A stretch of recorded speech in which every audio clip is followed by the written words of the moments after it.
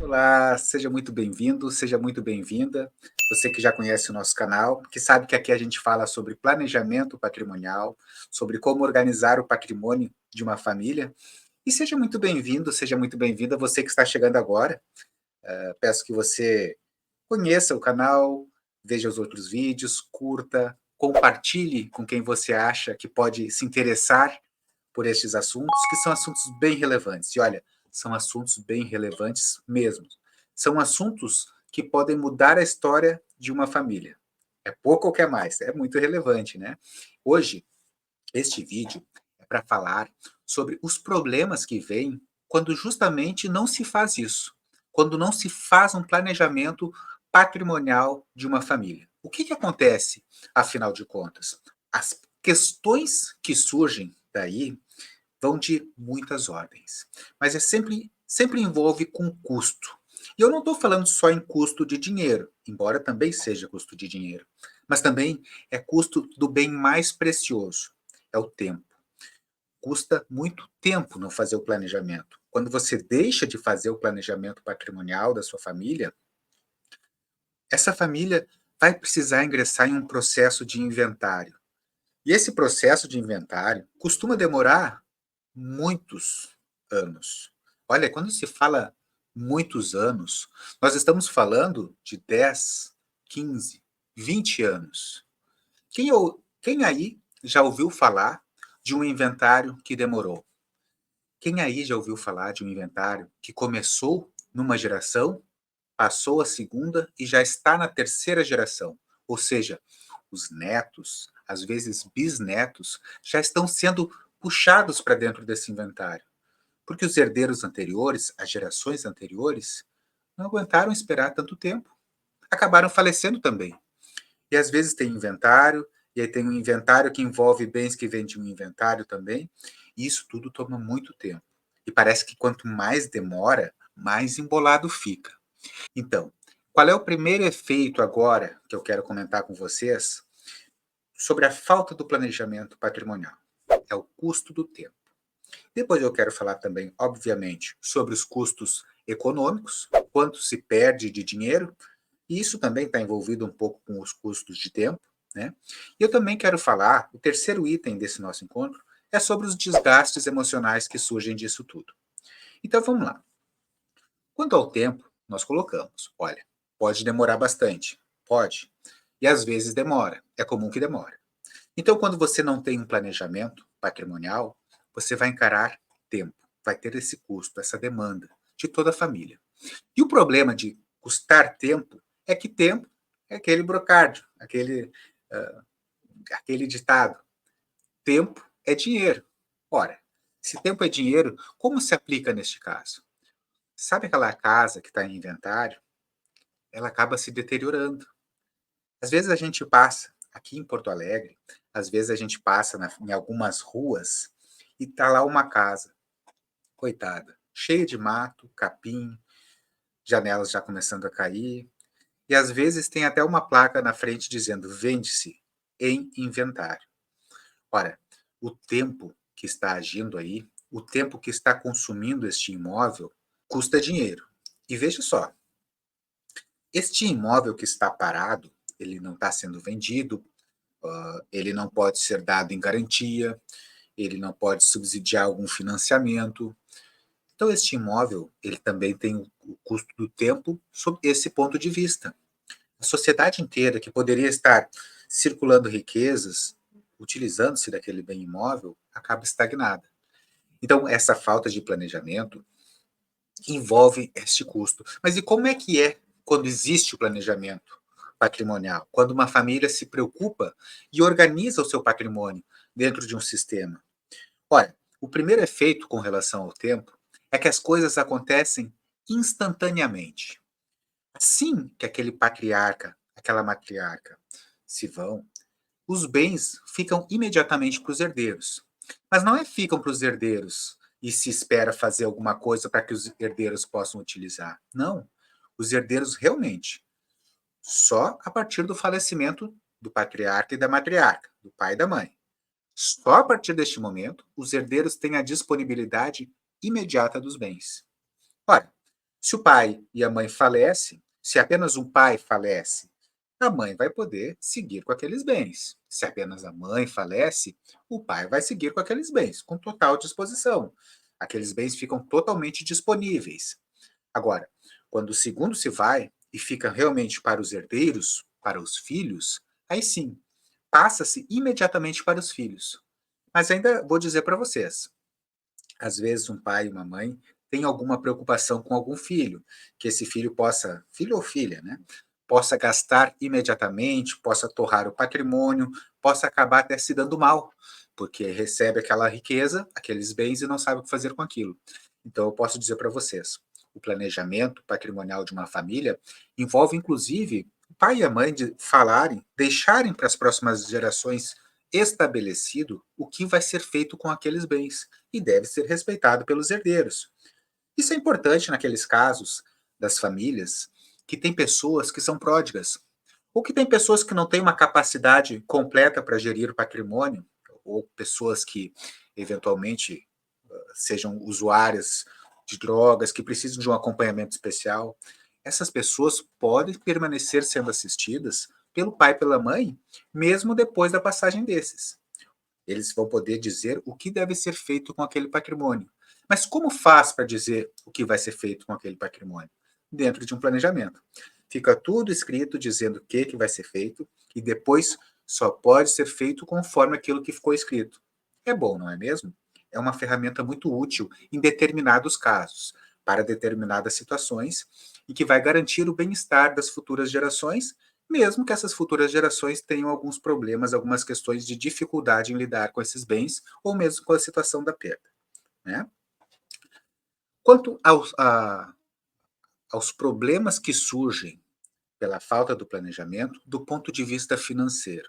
Olha, o inventário é um dos processos mais caros que existem para uma família.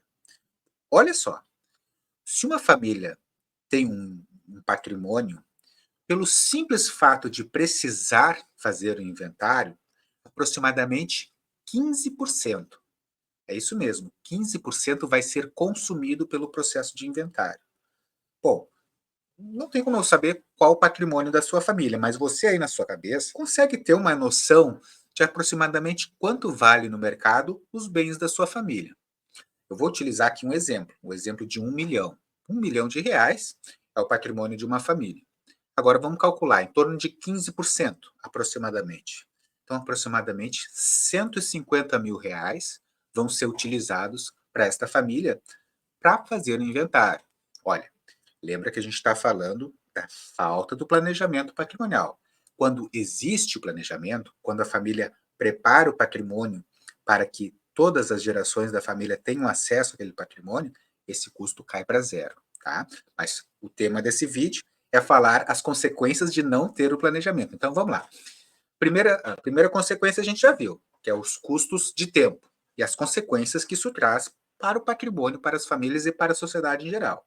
Agora a gente está falando dos custos financeiros, os custos econômicos. Tá? Então a família, vai ter custos de inventário de aproximadamente 15%. 1 milhão de reais, 15%, 150 mil.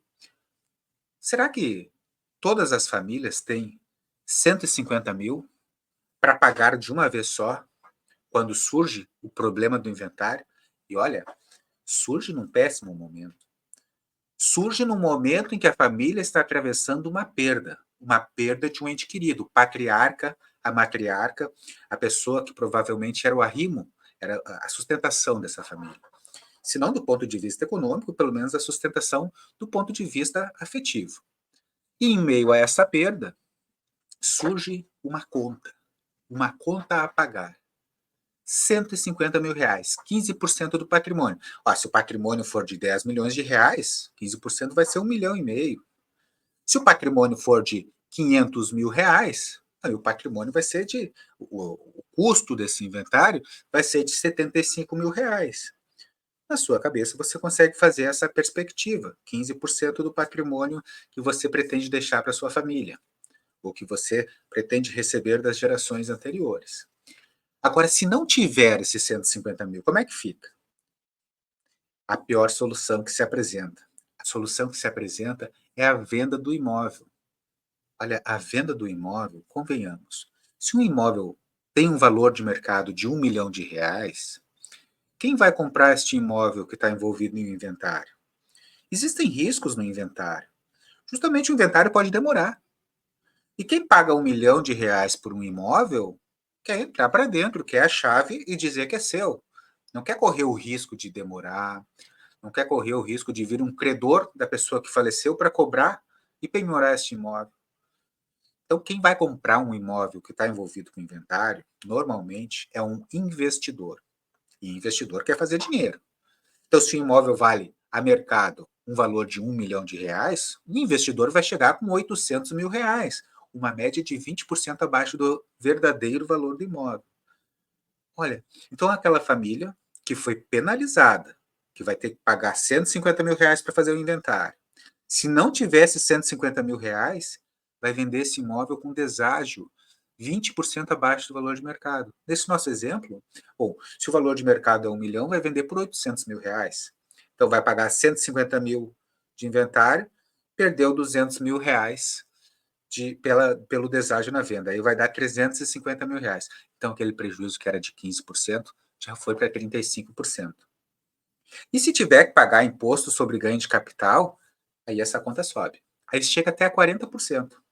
Imposto sobre ganho de capital é aquele valor que é a diferença entre o valor que foi adquirido imóvel pelo valor que está sendo vendido.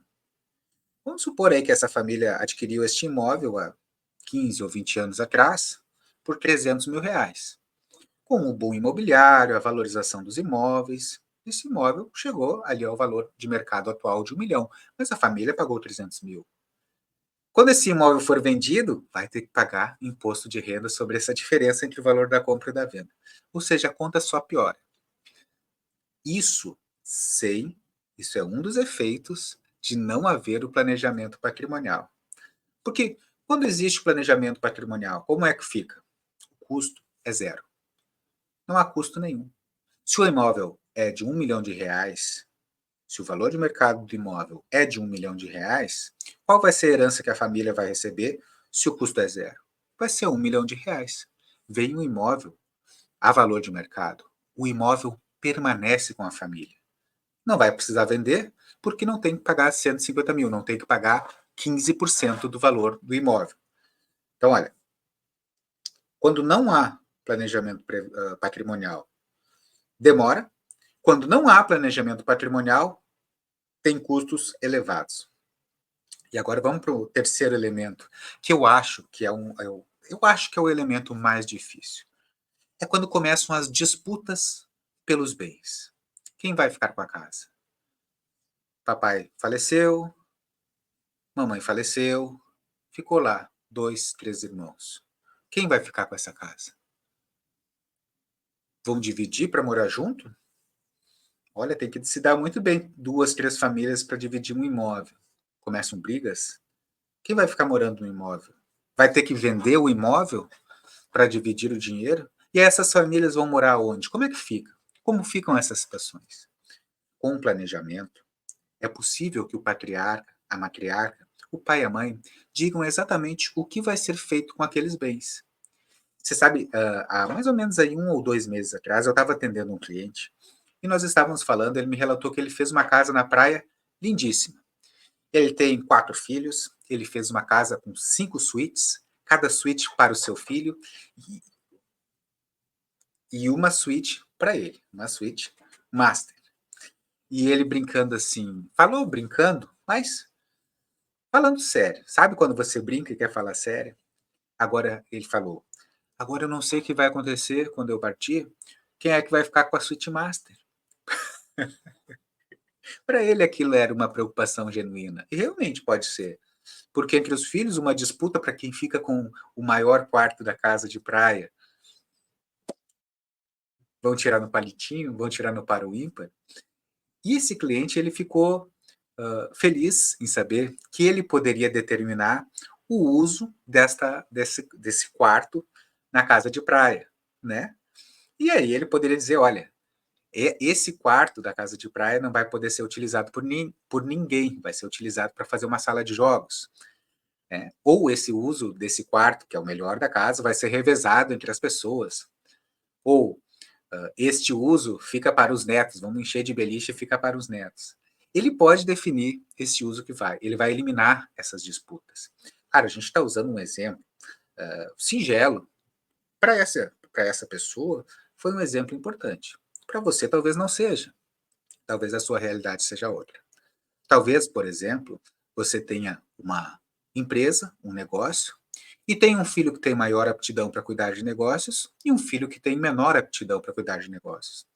E você quer que os dois filhos recebam os lucros, mas sabe que esses lucros vão ser maiores se apenas um dos filhos cuidar.